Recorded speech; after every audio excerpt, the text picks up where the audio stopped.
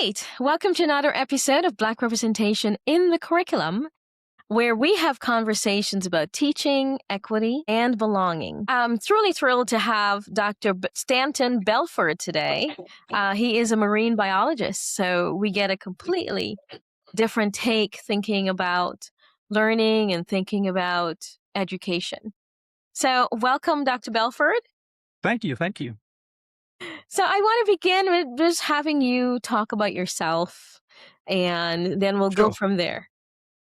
Sure. Well, I am currently the department head of math and sciences. So to get here, so that's the end part. But the beginning part is I grew up on a small Caribbean island, Trinidad and Tobago. Nice. And so, from an early stage, we're always connected with the beach. So public holidays, we're going to the beach, you name it. Mm-hmm. I was just fortunate to have a high school teacher, Dr. Carol Draper, that initially took us, the class, for a 5-day, overnight trip. We'd stay, imagine this, high schoolers, the guys on one side, the girls on one side. We're going down to the reefs, discovering different species because we've never seen them before. Or if we had, we didn't know their names. So we actually felt like scientists because, we would design experiments, pulling pigments from algae. And I mean, it was amazing just to have to go through an entire day just filled with experiments. So it's 2 low tides. So sometimes we'll get a low tide early in the morning, and then we have gone out at night as well. And, this actually stuck with me. Really go on this journey that I never imagined would be this fulfilled with just knowing, I would say, as last year, for 20 years, I've been doing research on actually the same site, one of the sites that Dr. Draper took us to. And I can say I probably just know maybe a tiny little bit about the ocean.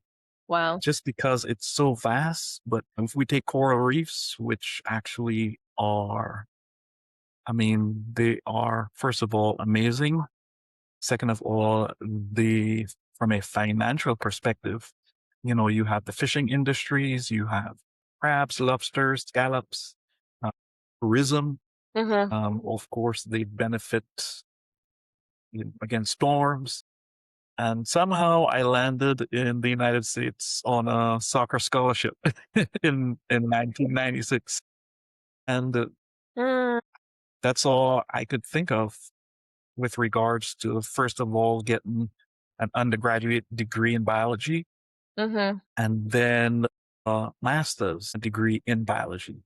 Now, there's a misconception. People think you have to get the marine biology degree to do marine biology. Well, here I am with neither. I did take a marine biology course in grad school, but to be honest, I think once I learned to scuba dive, so I took a scuba diving class. I think that opened up so many opportunities for me. Wow. I was able to, scuba dive, Florida, the Red Sea, and still scuba diving. But it opened up a lot of opportunities for me. Being able to go to scuba dive in the Red Sea was, you talk about vintage, epic, amazing diving, clear water up to 200 feet. I just can't believe it. Wow. Oh goodness, you said so much there. So I've been fascinated, I have to say. We had chatted a little bit about your upbringing. You talked about going to do these experiments at the beach, at the sea. Were you talking about being in Trinidad? Yes. Okay. So started there as a high school project. Okay. So we have our national exams. And one of the question is from the project you did. You have to Mhm. describe your project, yeah, methods. And remember, these are handwritten exams, so Yep, I do remember. you have like a 3 hour Huh? timeline, and you just have to write like quick. Everything you know. Yes, uh-huh. And I did that twice, Mhm.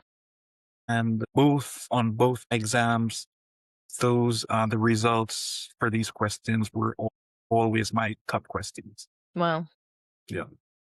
So would you say in some ways, what led you here is a love of the ocean? Because I know you had talked Mhm. about your dad, Correct. if you don't mind. So expanding, what is that love of the ocean and that relationship you talked about with your dad? Yes. What led you here? Is it that? Is it something else? I guess it's a mixed bag Mhm. because well, you have to start somewhere. So my dad's family was from the northern coastal village in Trinidad called Mhm. Blanchisseuse. Oh, It's what? still Blanchisseuse. Mhm. It's still a fishing village, just Mhm. like where I do my research now in Trinidad. It's Mhm. at Toku, which is also known as a fishing village. So it was very close knit communities, but he is the one that took me, and this was 7, 8, 9 years old, put me on his shoulders, and we would ride the waves. He would cup his hand and say, "Here, drink," I would drink the ocean water, spit it out in disgust. And, that was when he said, and now you will never forget the ocean. And I really enjoyed that. Wow. Now, I lost dad when I was 9 years old.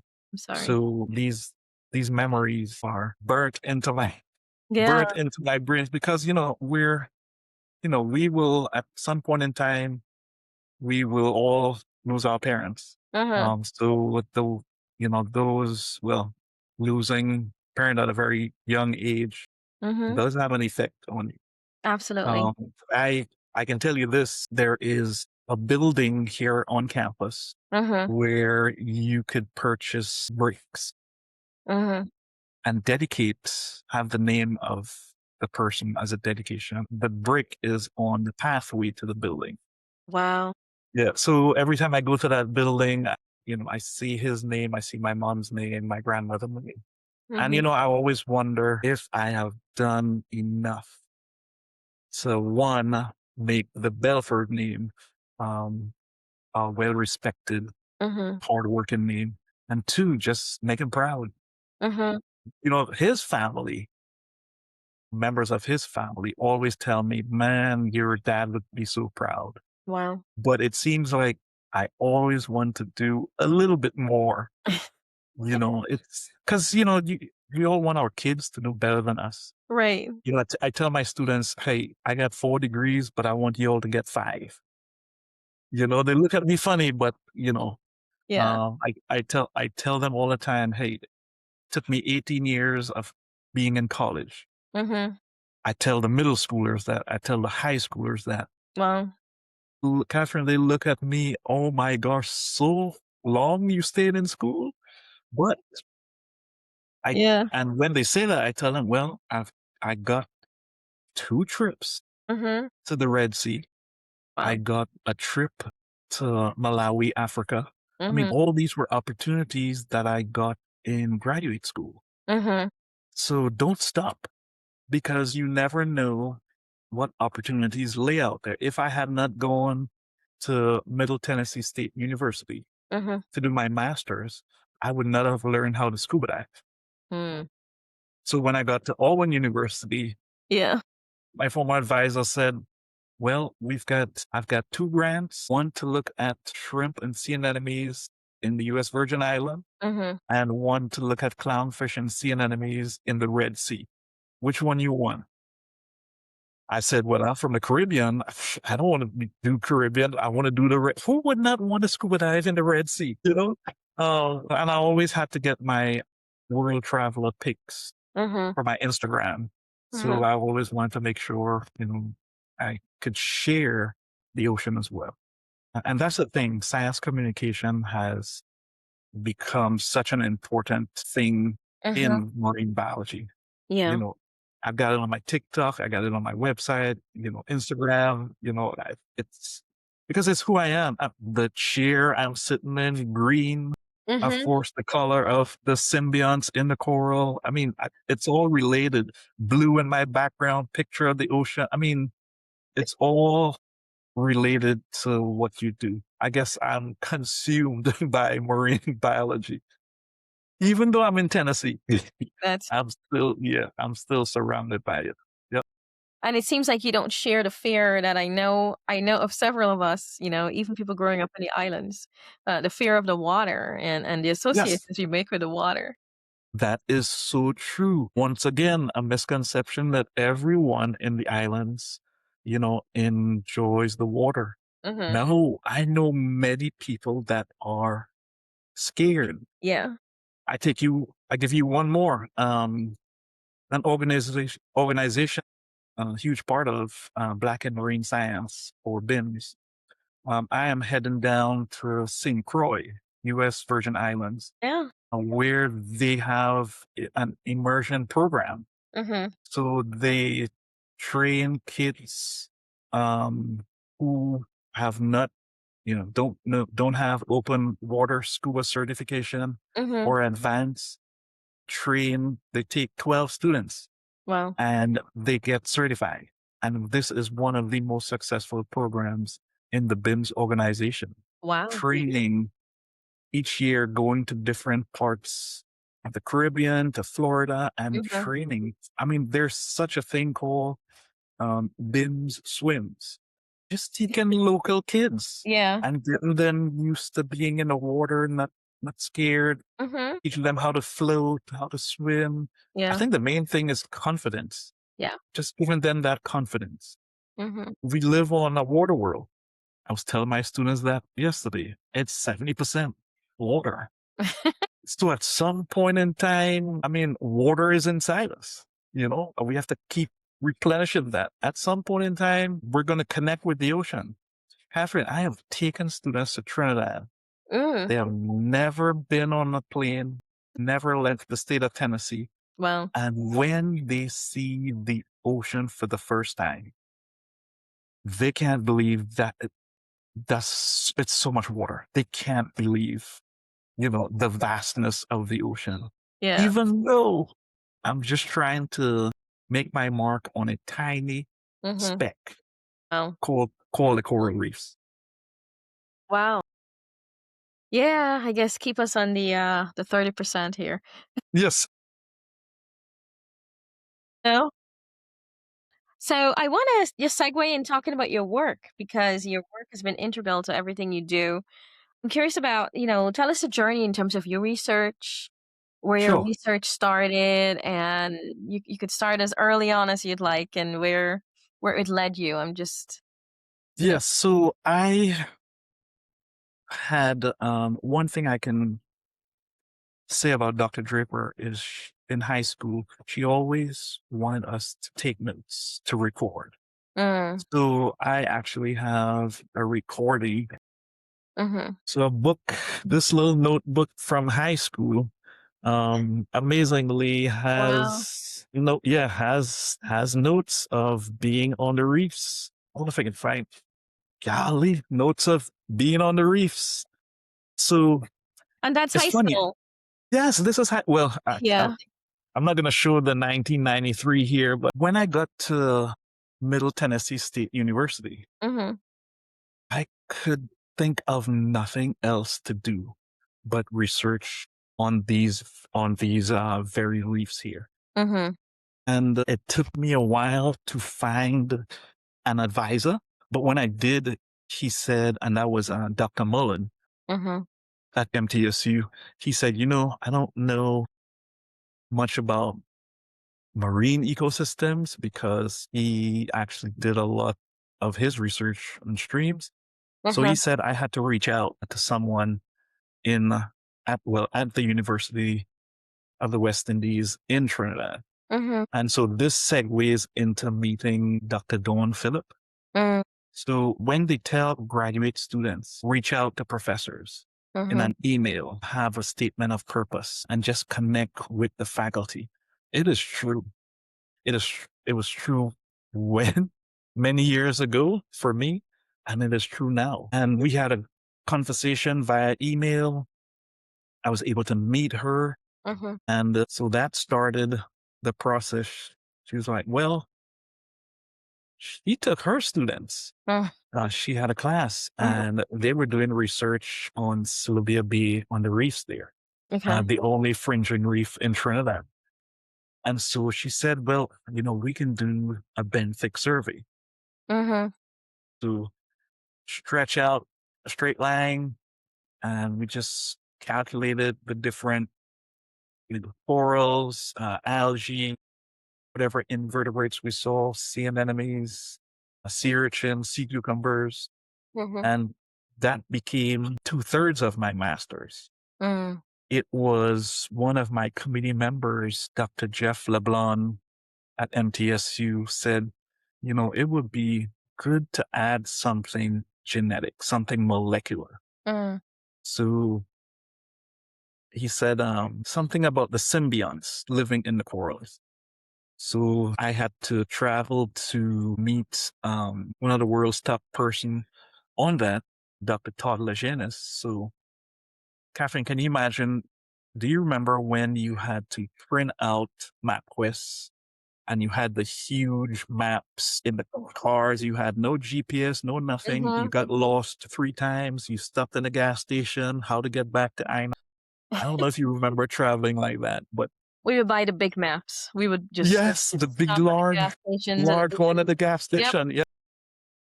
rest it And on the that's car and look. yes. Yeah, that's how I got to Florida International University. Yeah. Met him and then met another professor at Auburn University. And so it's the molecular part that really put me over the hump Mm. in the masters. Okay. And here's the thing, I have not done anything molecular until that point in time. Mhm. And so that kind of enhanced, I must say, what I'm doing today. Mhm.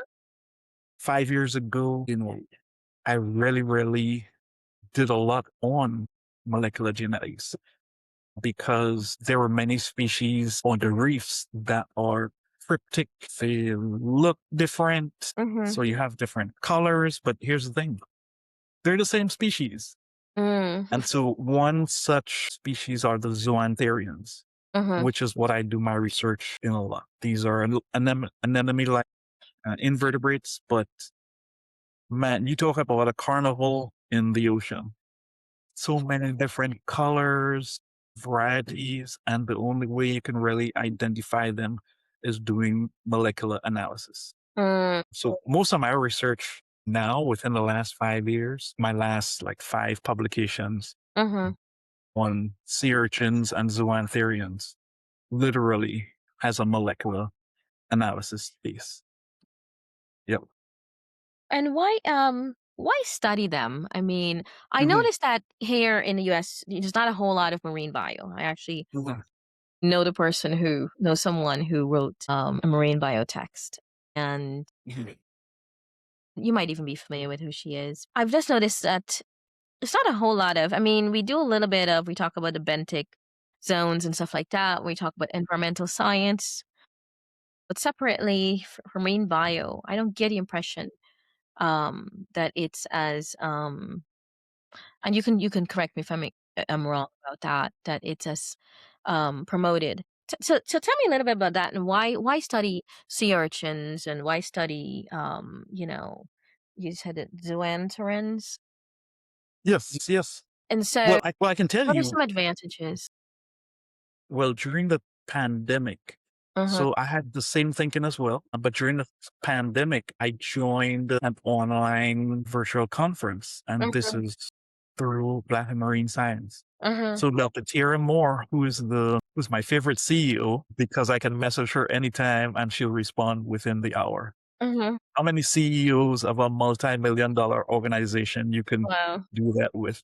But actually, BIMS has brought a lot of marine scientists together. And Uh, so what I have learned is there are a few like me uh-huh. who are in academia Mm, There are those that are doing marine biology policy, the mhm, policymakers. mhm, There are those in the marine aquatic zoos doing mhm, research here. There are upcoming students in doing different things from seaweed to deep water. I mhm, mean, so I used to think, well, marine biology is only about coral reefs.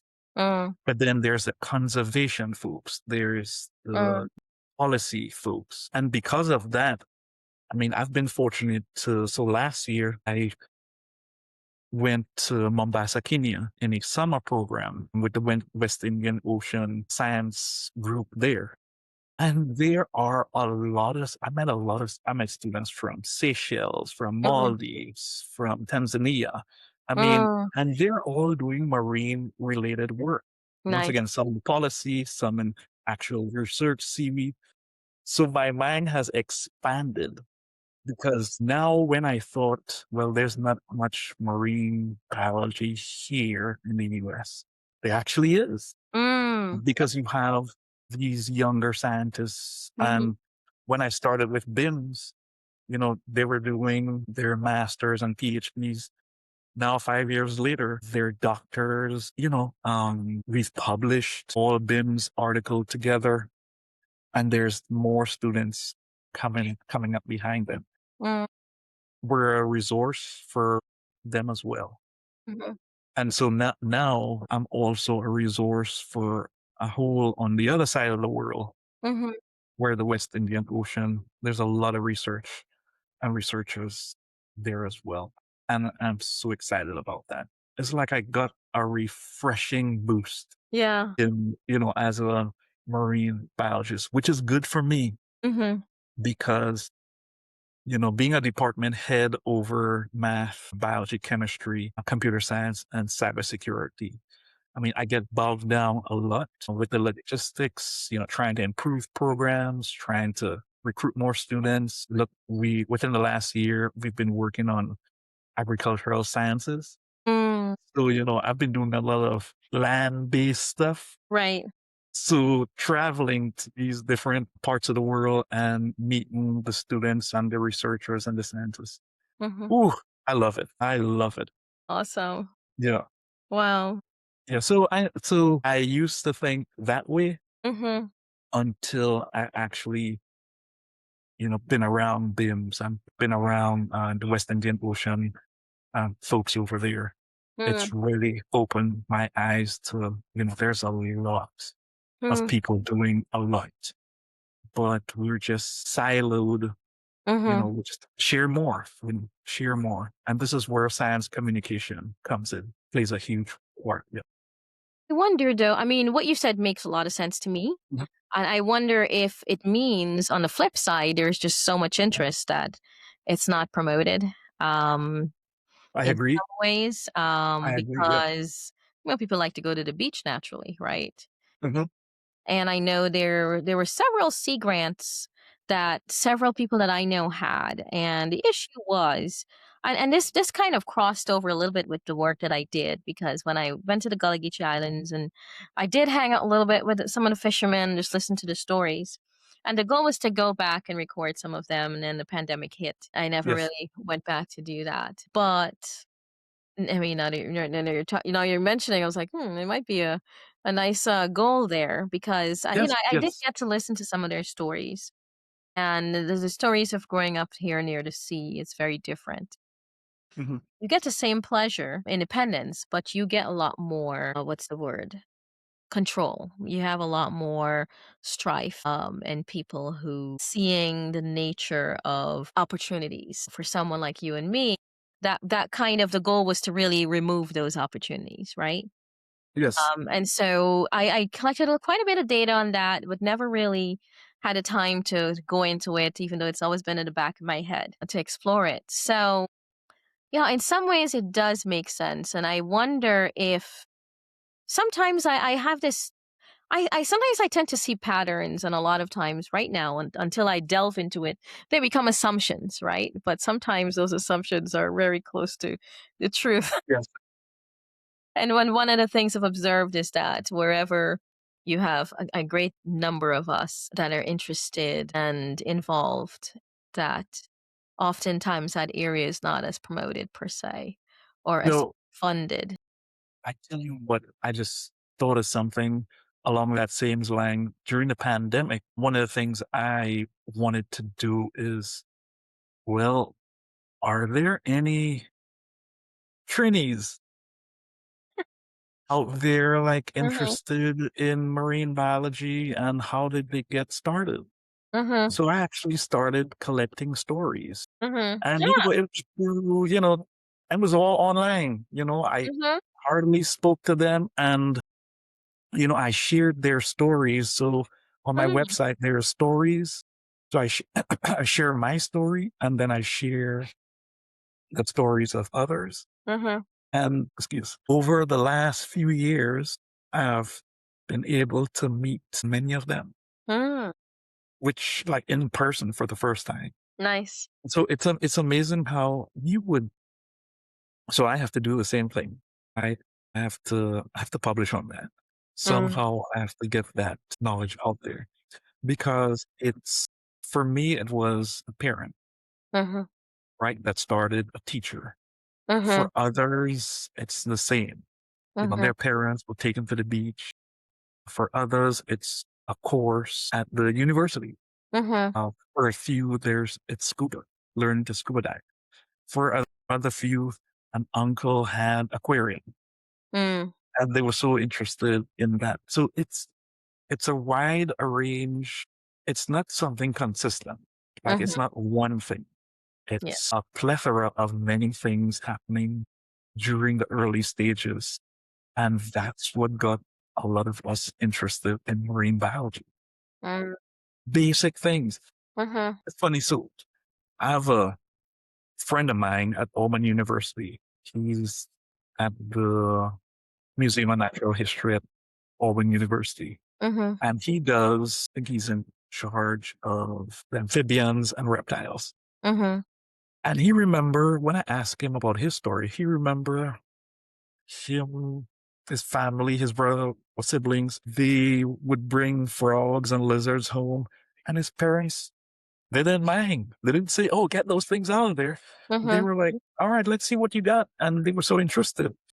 Well, guess what? He's now interested in, he would, on a rainy night, he would call me. He's like, hey, you want to go frog gigging? Mhm. I've never done that in my life, but guess what? That's how he collected frogs and salamanders and stuff like that. And, Mm, he has a terrarium, aquarium, and students will come and see, I mean, snakes live. mhm.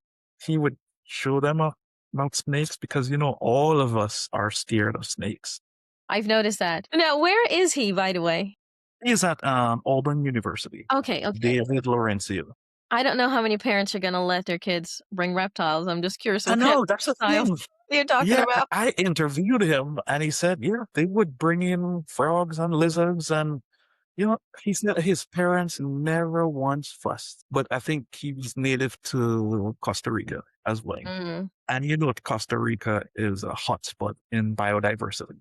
yeah. So, Wow. you have to learn to live with, your environment. And so Mhm. these are animals of the environment. So Yeah. yeah, they were accustomed to it and they never, yeah, I can do it. I can do it. I mean, mom never really knew much about, all she knew is that I was doing research on the reefs. Mhm. Like I couldn't really explain, zoantherians or this species or that species, but she knew I was doing stuff on the reefs in Mm. Tuku. Wow. Parents, they play a huge. I always tell my students, please don't keep your kids inside. Like take your kids outside. Let Mm. them. My ecology students, we Yeah. hold crayfish. Right, we catch them, we hold them. I tell them all the time, if you don't hold a crayfish, then you fail the course. I'm joking, but I want them to be comfortable doing that. Mhm. I have a 135-gallon saltwater tank. You got sea urchins, you got corals, you got Wow. different fish, clownfish. And when we have visitors, I always pull a sea urchin out or I have a serpent star, Uh, pull it out and let them and hold it. And you'll be surprised. The coaches would tell me, hey, you know, because of you, the basketball player is going to come to UT Southern, or this volleyball player because of you. Because guess what? They're coming with their parents, mm-hmm.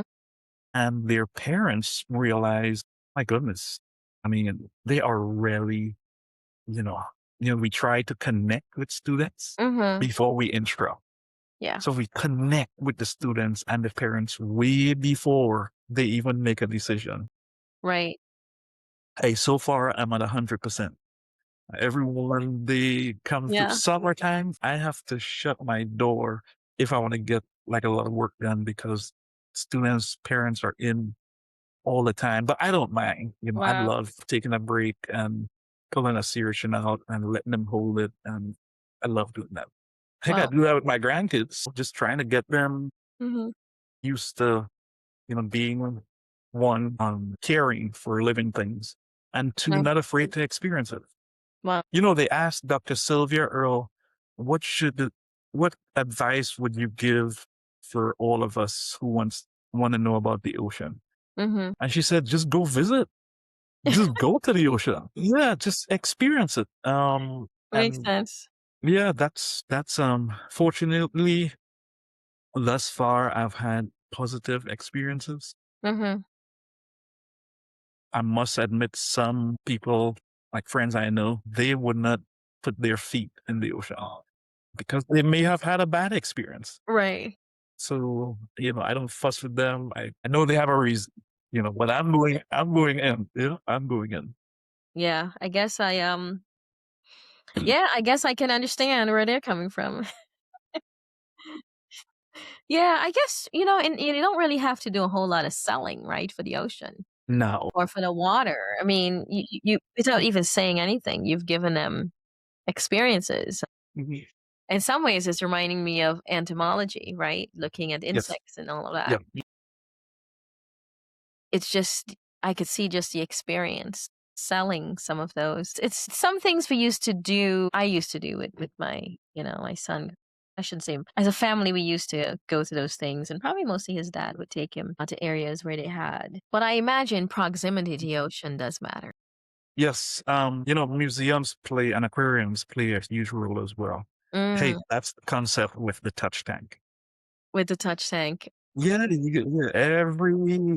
so Yeah. I've been to Monterey, I've been to what's that one in Atlanta? I've been Mm-hmm. to that one. I've been to one, what's the other one in Massachusetts? I mean, it's amazing, So they get the kids to touch the horseshoe crabs Mm-hmm. in the touch tanks. I mean, everywhere you have these touch tanks. San Diego, I've been to that one too. Mm-hmm. The touch tanks are there so that the little kids don't become scared. Mm. There is a small counteraction to that Mm. because you don't want to always want to touch everything. Everything. Yeah, some things Yeah. you just need to let be, Mm-hmm. and just enjoy from, with your eyes. And that's the thing. Sometimes, so I always wonder about the folks that want to touch a bear cub, or take a selfie Yeah. with, you know, a The grizz carnivore in the background. the grizzly bear in Yellowstone or things like that. Yes, you see these crazy, oh my gosh, why would you do that? No, just enjoy it from, you know, I mean, I see chain moray eels or green eels all the time Mhm, on the reefs. All right. Yes, they look like snake and they look ferocious, but an eel will let you come reasonably close to take a photo. mhm. That doesn't mean I'm going to touch it and pet it. No, it's in its natural setting. Right. I'm not going to do that. Yeah. I know sea urchins. I know how to pick up the species that don't penetrate their spines in you. Mhm. But the species that can, nope, I'm watching and I'm taking a photo. That's it. I'm not going to put, you know, in the islands, the closest health center Mhm. maybe miles away if you are on the coastal village. Yeah, so That's not bad. That's you not gotta good. take precaution. Yeah, Wow. enjoy nature and Yeah. enjoy it, and don't leave your footprint. You just leave after that. I wonder if our fear comes from prior experiences. Probably, yeah, I probably, mean, we could yeah. talk about tons of them, but I do think, though, a healthy fear of the ocean is a good thing. Yes, yes. I'm always concerned, especially, Also, a healthy love of it as well, that's true. because a healthy love of it will make you want to preserve it. You Mhm. know, take, Wow. you know, leave less of a negative mark on it. Mm, I see what you're saying. Wow. So, wow. So, I'm wanting to go back to some of the things you were researching and looking into, and what are some things that over the years you've been curious about and delved into, Mhm. questions you might have asked? So, while doing reef surveys many years ago with Dr. Dolman Phillip, we would notice sea urchins, Mhm. and she would always say, Stanton, we got to get to those one day. So eventually one day, so Dawn has gone on. And so I always wanted to, so the reason why I do what I do partially is because she always talked about monitoring the reefs like for a lifetime. Mm. So most of the work I do continuing, taking students, mentoring students is actually because of her, because she Mhm. took time to mentor me as a student. Mhm. I'm trying to do the same as well. But Mhm. she was always talking about sea urchins. And Mm. so my last two papers are on sea urchins. Mhm. First, a survey of their size and abundance. But then secondly, looking at the species in the entire Caribbean. Mhm. So from as far as Key Largo, Florida, all the way down to Trinidad. And Mhm. so I've had students doing the genetic analysis on the species. Mhm. And so there are two color morphs, a red one and a black one on the reefs. Mhm. And depending on where you are on the reefs, if you're in open water or if you're protected by huge rocks in the ocean, Mhm. well, your size changes. So I had a student, she's graduated now from UT Southern, Destiny Newman. Mhm. She spent a year doing the molecular analysis, and I was finally able to take her and two other students from UT Southern Mhm. to Trinidad last year. So Mhm. all three of them have done research, the molecular, the genetics part in the labs, Mhm.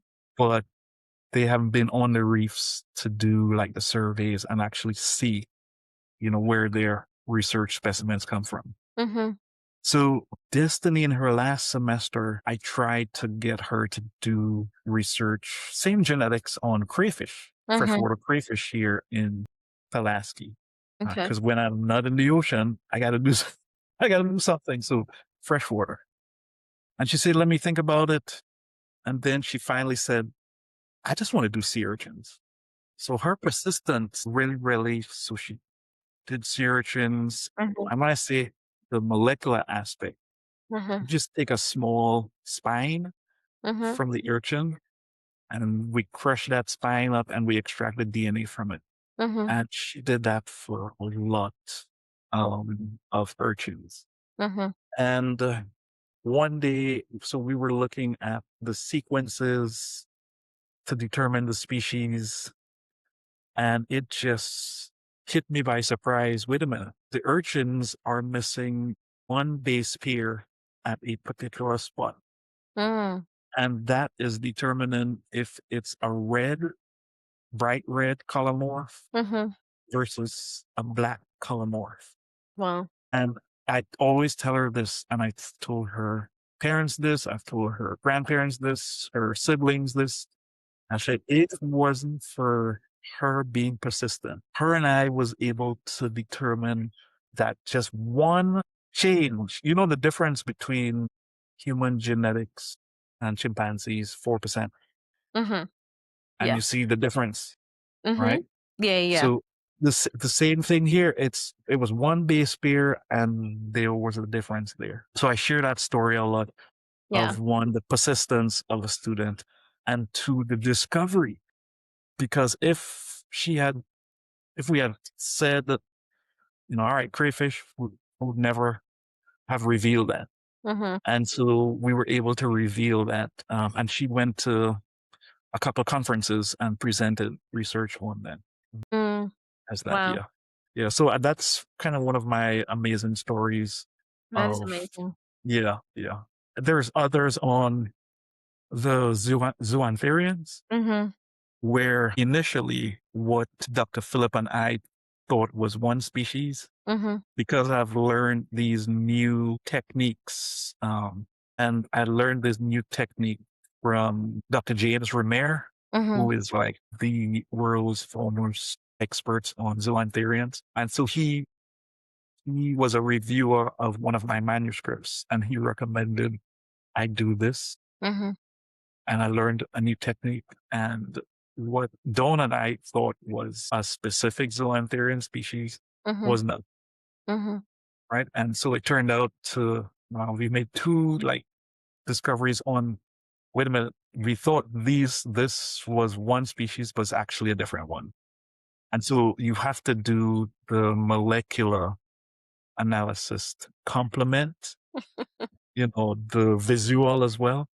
And so I find myself doing that because apparently I'm the only person that has done this type of research in this particular area. Mm-hmm. Most of the conservation of reefs are in Tobago, Mm. right? So I have gotten in contact with the folks from the Institute of Marine Affairs of Mm-hmm. Trinidad and Tobago. They invited me to do a talk on my research in February, which Wow. is really neat because they are the governing body of protection for the reefs. Mm-hmm. And so I got into connection with them as well. And hopefully there are future collaborations and a few more manuscripts to Mm. publish as well. So it's continued. It's a rejuvenation in my career.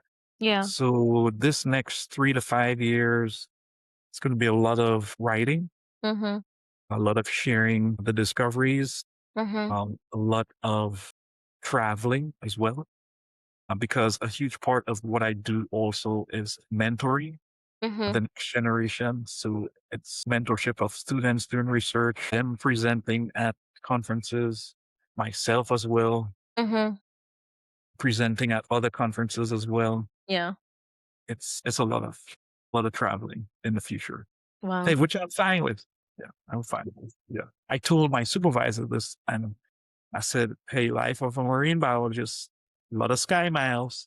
He said, Mm-hmm. "Well, no, just do what you need to do." Well, no, no. I know, and maybe when I talked about this, because sometimes the trend of traveling does include spending our own money. Yes, yes. But you know what? Just Every now and that out then, there. yeah, every now and then you get sponsorship, and That's good. it's something good to keep you focused. Um, going. I'm doing research on a part of the ocean. Last year, March made it 20 years. Wow. And somehow, at Mm-hmm. some point in time, apparently I've become the expert.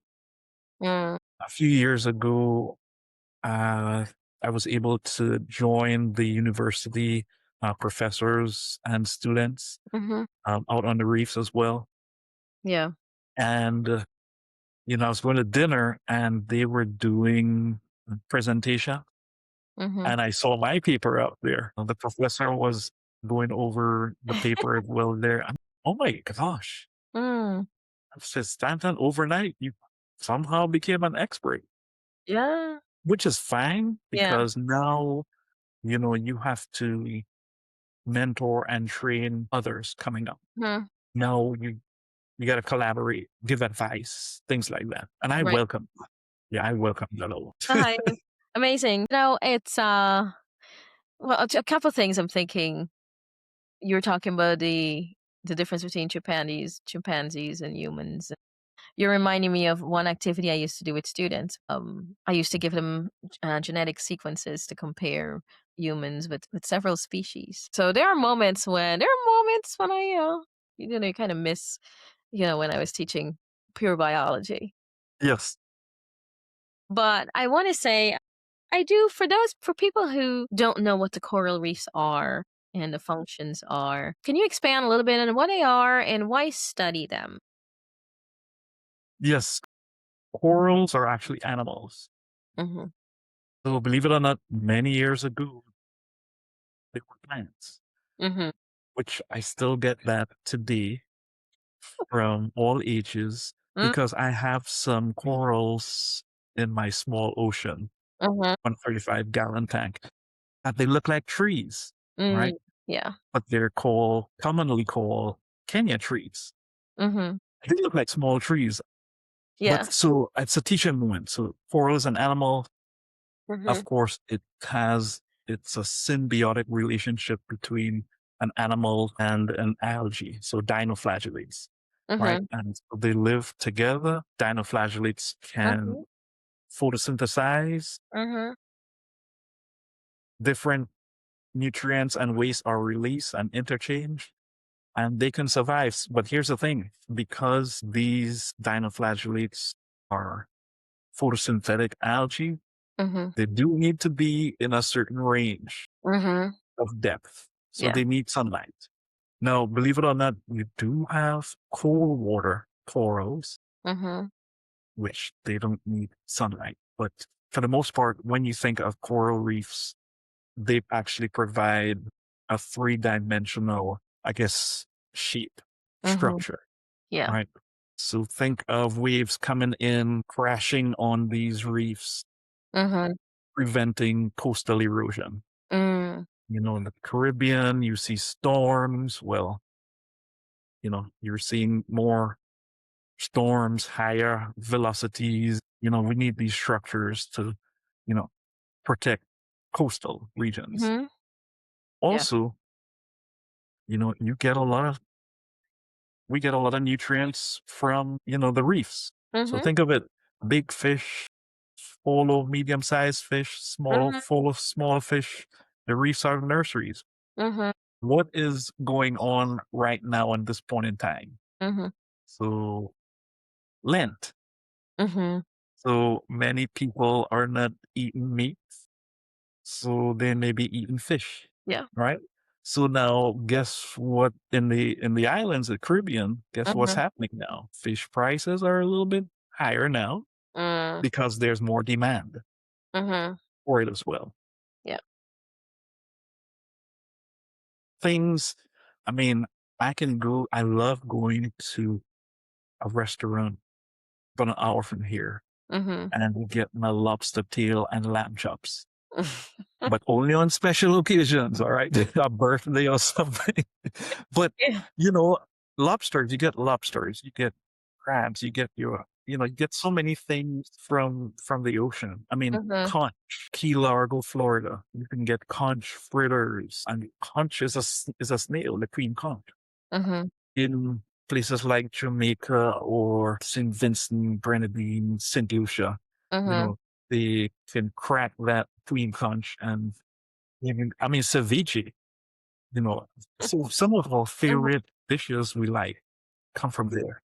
And not to mention, if you're on a honeymoon, on vacation, on a cruise, and you snorkel the reefs, Mhm. oh my gosh, it's such a amazing different world. This is why in Tobago you have the glass bottom boats. And Mm. so every time I take my students there, they can't believe there's a boat and you can see Mm. everything, Yeah. under the ocean glass bottom. And then you get a snorkel as well Mhm. with them as well. Yeah. So it's so many different things. It has been estimated that US reefs, US territories bring in anywhere from 200 to $300 billion Mhm. annually. Okay. And that's all related to what we eat, tourism. If I love to scuba dive, guess what? Mask and snorkel may be 35 to $40. Mm. Scuba lessons that cost, a wetsuit, a regulator. I mean, renting airfare to travel. Mhm. All these costs. So all Yeah. these bring in monies. I have a friend who's a tour guide, but he's been trying to get me to do something with the reefs during low tides. He was Mm. just showing people as well Mhm. what's on the reefs. Because if you show them, they may understand the Mhm. reason to protect Right. them as well. So, it's like if I'm walking, on, I'm not going to crush an earthworm Mm. because I know an earthworm aerates the soil. It's like I know this, so I'm not going to do that. I You remember know? us playing with earthworms as kids. Yeah. Yeah. Yeah. Just pick it up and Yeah, yeah. of course. Yeah. Because that's the best bait you have for fishing. Mhm. Oh, you get the set the already made one, depending on what you're catching. But it was fun to you know, dig for the earthworms, get a bunch of them, and then go to the little creek and because we didn't watch television all that much, right? We didn't have cell phones, so we were like, well, I'm not staying home. I'm going somewhere with my friends. Right. Yeah, yeah, And yeah, you're going somewhere with your friends and you're going to learn, you end up learning things because, yes. you know, Whatever hopefully there was fruit water. tree Yeah. Yeah, whatever fruit tree was in season, Mhm. you know, hey, there's this mango tree. Let's go, Right. there. Or, it was always we were always, gone somewhere doing that. And I'm still friends with my childhood friends till this day. Yeah, it's amazing, right? Because the nature of our mischief was, in Yes. hindsight, more constructive for us than the nature of mischief that that sometimes drives Yep. other areas. So on the same note, for people who are not familiar with sea urchins, right, and what they do, can you tell them a little bit about sea urchins and why study them? Correct. So sea urchins are important on the reefs because they graze on algae. Mhm. So corals, their larvae need space to land on a rock and grow. But if there's algae covering an overgrowth, then they don't land on the surface. So actually, the sea urchins control algae growth. Mhm. They also do a lot of construction on the reefs. Mhm. So they may dig, they may bore into crevices. Hey, they make great homes for small fish that are hiding at night from predators. So they're also dwelling, making homes. But so that's like a key. Mhm. Can be keystone species. Mhm. So keystone species, of course, if you remove them, man, the entire ecosystem comes crashing down. Mm. And so this has been seen a lot in the Pacific, Mhm.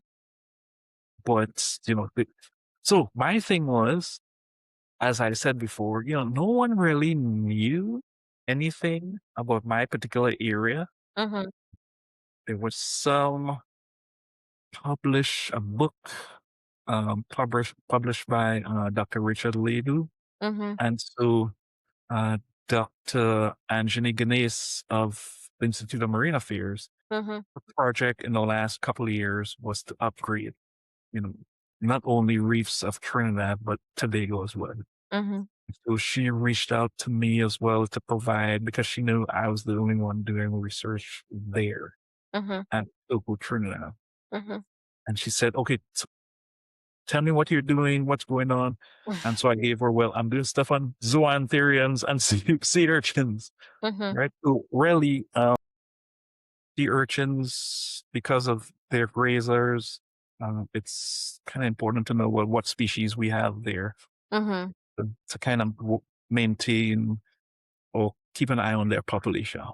Because if you start seeing mass mortality, which is what we saw in the early 80s of the long spine sea urchin, I mean, Mm, it caused in the Caribbean, it caused a huge, and I think they said was maybe have been bacteria. So there was mm, this massive die off, which of course caused algae to grow over space, mhm, especially on coral reefs in Jamaica. mhm, And of course, Jamaica has like well known reefs as well.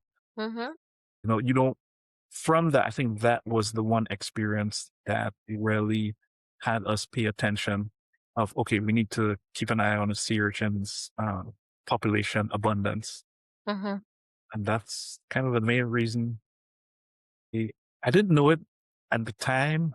Dr. Phillip was saying, hey, we got to do research on sea urchins. But mhm, I know it now mhm. because of the importance of what they do on the reefs.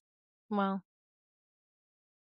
I want to pick your brain on one more thing. One thing that came up, in my interviews with the Gullah Geechee was, especially along the coast here, South Carolina and Georgia and those areas, was just some of the practices, some of the, not only the sea practices, but also one of the practices that the Native Americans and then the African Americans here were doing. We came up with some parallels between what was happening in the coast of Africa and what's happening here on the coast that were inherited. Creating oyster beds was something that came up for sustainability. I don't know, have you done any work related to that or have any insights? So, no, but through BIMS, I was Mm-hmm. able to get the knowledge on it as well. Mm-hmm. So, for example, we've all seen the videos where you put dirty water in like a small tank Mm-hmm. and then you put the oysters Mm, and then the oysters mm, filter that dirty water. And everyone's like, oh my gosh, oysters are like very important. mm-hmm. So it's very important with regards to environment. Mm, But in many places, it's a delicacy. mm-hmm. Yes. So Yeah. I don't know, man, many of the Caribbean, I mean, I grew up eating them Mm-hmm. because there were people selling it, in the town where I live Yeah. as a little drink. Mm-hmm. Yeah, yeah. And so maybe it was last year, a couple of years ago. So the local guy who sells it, I said, hey, how are you able like to get these? Mm-hmm. And he said they have to wake up very early, low tide, go out there on the rocks, get them. And it's like so dangerous because then the tides are coming in and Mm-hmm. that's kind of what they're doing to make a living. You talking about But the yeah, yeah, yeah. And here's the thing too. For the oysters, they can also, if you're not careful, accumulate toxins mm-hmm. because, they're filter feeders. Mm-hmm. So on certain times, when there is an, a- an alert on, I don't know, some chemical in the water, they Mm-hmm. stop all that. Mm, So you're not allowed to sell it until a certain period. okay. Oysters, Florida, fried oysters, that's Mm-hmm. a big thing. Yeah. Here's the thing. So let's jump into sustainability. Can we sustain the market for it? And it depends. Depends on who you ask. Oh yeah, the orchards will grow back. Yeah, but if you're taking the adults, you're taking the juvenile. I mean, when is it gonna be sustained if you're taking everything? But yeah, I mean, you talk about an important research. What I've understood from the people that are doing research in it is, I mean, that ecosystem depends a lot on your oyster beds and monitoring them as well. Mhm. Yeah. Yeah, I'm interested in every time I get someone who's doing oyster, I'm always picking their mind just Yeah. and seeing their excitement doing research on oysters. Just like someone may ask me, say, so you doing stuff on sea urchins? And I get excited to talk Mhm. about the research. I see the same thing in a lot of people. I mean, Queen Quet, if you hear her talk about the gully, Yeah. I mean, She's been she one of my is, guests. yeah, I mean, so knowledgeable. Absolutely. and really, really passionate about protecting, you know? Yeah. And I like that. I try to be like that Mhm. because I have a connection with where I have done research for so many years. Yeah. I have a connection. Yeah, it's, interesting. When I was, homeschooling my son, during his 4th and 5th grades, I was very involved with, Smithsonian Citizen Science, Yes, yes, which allowed us to, go and sit and help the scientists, with whatever it was that they were working on, whether it had to do with crabs or oysters or, um, right by the Chesapeake. yes. So my son, then 4th and 5th grade, had the opportunity to go to some of their projects. Okay. Some of them were sea related and some of them were land related. Wow. Yeah, I tell you what, BIMS has done a lot of work. They have a lot of collaboration with the Chesapeake Bay, uh, Nice. with the Gully Gucci as well. Mhm. So one thing I must say that has also added excitement is learning environmental DNA or Mm. EDN. Yes. And so this is where I collab a lot with Mhm. Dr. Camille Gaines as Mhm. well, because I mean, recently, last year, Mhm. they expanded from Chesapeake Bay, doing a lot of research in Florida. They did collect at San Diego. Well, she was also part of training while in Mombasa, Kenya, Mm. doing EDNA, the collection, going to the lab. And so I was so thankful to be there as well, able to jump Mhm. in. But that has really excited me with So regards to molecular analysis as well. so for people who don't know what you're talking about, All right. I Yes. know we had talked briefly about this. Yes. That's one I meant to ask you about. So what is the environmental DNA and how do you Right. go about, just say talk about it for the person who All doesn't. right. So, all right. So, what is environmental DNA? So, animals, organisms, they give off. So, let's talk about mammals. All right. So, us, we leave back here, when we sweat, mucus, even feces as well. And in all these things, you have DNA. Mhm. Right? So think of, well, I gotta find the sea urchins, get a spine, or I've got to find the zoantherians or sea anemone. I gotta catch a fish, get a fin clip. Ooh, what if I'm doing research on marine sea turtles? Mhm. Well, how am I gonna find that? All right. So environmental DNA now, you can do it in many ways. So you can get soil, or filter water. So the filtered water is what Dr. Gaines uses a lot, Mhm. right? And so you pass through a syringe of just regular ocean water. You pass it through a filter a few times and you preserve the filter, right? Because that eventually traps the DNA. Now it traps DNA of what? Mhm. And that's when the sequencing happens. You Mm. can get at a snapshot at that point in time, you can get um, DNA from everything Mm. that was there at a Right. snapshot. And this may be 75 things, maybe 125 things, Mhm. depending on what you want. But that involves primers and things like that. Mhm. But this, no, it's expensive, Mhm. right? I mean, it's like a few $1,000s, Mm. but you get a snapshot Right. of what's there. So a leatherback sea turtle may have been there at that point in time, but Mhm. then it gives a presence of Mhm. it being there. I no longer have to go on the reefs, do my surveys, and Mhm. then rush back and collect when I go on the reefs, I never like bathe. And everyone asks me, it's like, oh my gosh, what? You're on the beach and you don't bathe? No, it's because I'm working. I have like 3 hours maximum low tide, right, to get all this stuff done. And then when I have my samples, well, I got to drive back home and process the samples, Mhm. right? So I rarely get to like enjoy, bathe and enjoy. Mhm. The only time I get to bathe is if I'm actually not going to work.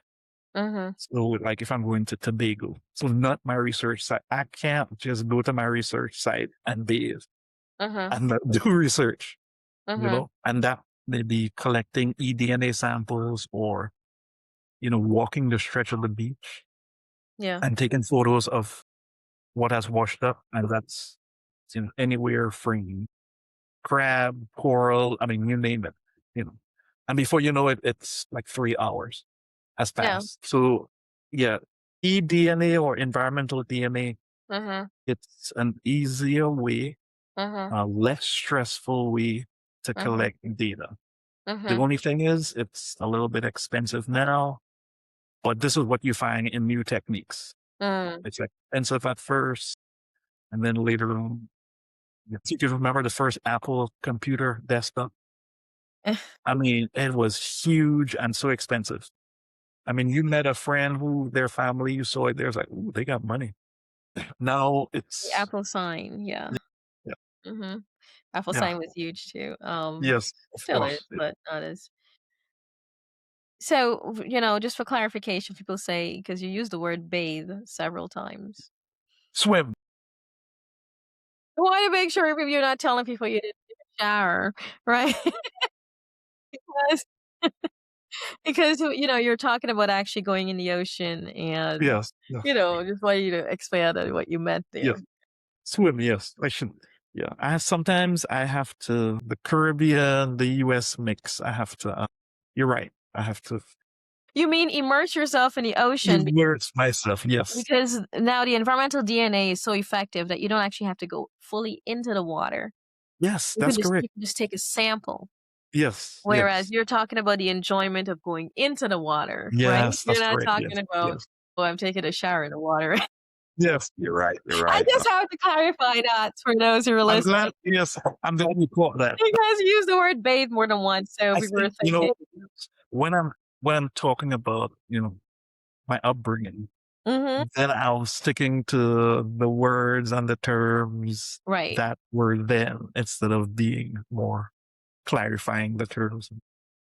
It's okay to explain, it's No, okay that's for good. people to I you like it. know, Yeah. it's It's a okay for them to reminder. learn huh?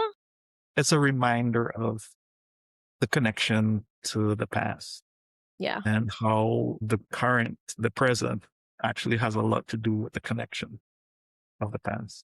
Right. But I think it's also important to note that it's okay for you to say that and be yourself. And if I don't Yes. understand, we'll clarify. I Yes. think we have this perception of things.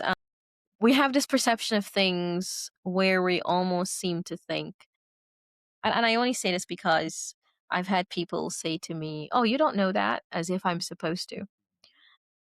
But when it's reverse, right? People think Yes. that, Yes. no, I shouldn't have to explain, but you Yes. should know that because I grew up that way and you should know that's the standard for you. Mhm. And so that's really why I bring it up Yeah. because I'm I got always you. attuned to Yes. what are thinking about differences and Yes. meanings and what it means. But, you know, I say that to say it's okay to use those different terms. We'll just be learning more about you Yes. by asking, and that's okay. Yes. Yes. Yes. You don't have to conform to. Yes. Yeah. You got it. Yeah. You got it. Yeah. Wow.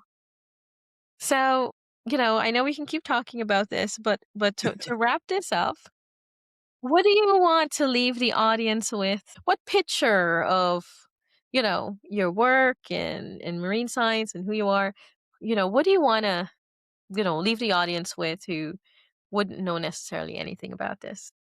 So, if you're interested about the stories of others, you can see these stories on my website, stantonbelford.com. I'm also doing stories of being a marine biologist. So BIMS has their Ocean Justice AI or OEA. I've also left like a storyline there as well. Mm-hmm. I'm up to date on my LinkedIn. I'm up to date on my TikTok. I mean, I'm up to date on my Instagram. Science communication is, it is what it is, now. AI, it is what it is. It's here. We have to utilize or use as a resource because it's here and it makes things a little bit easier. But I tell you what, I always say this, nothing beats the experience, the Yeah. hands-on experience. Hey, I'm a Gen X and this is something I grew up with.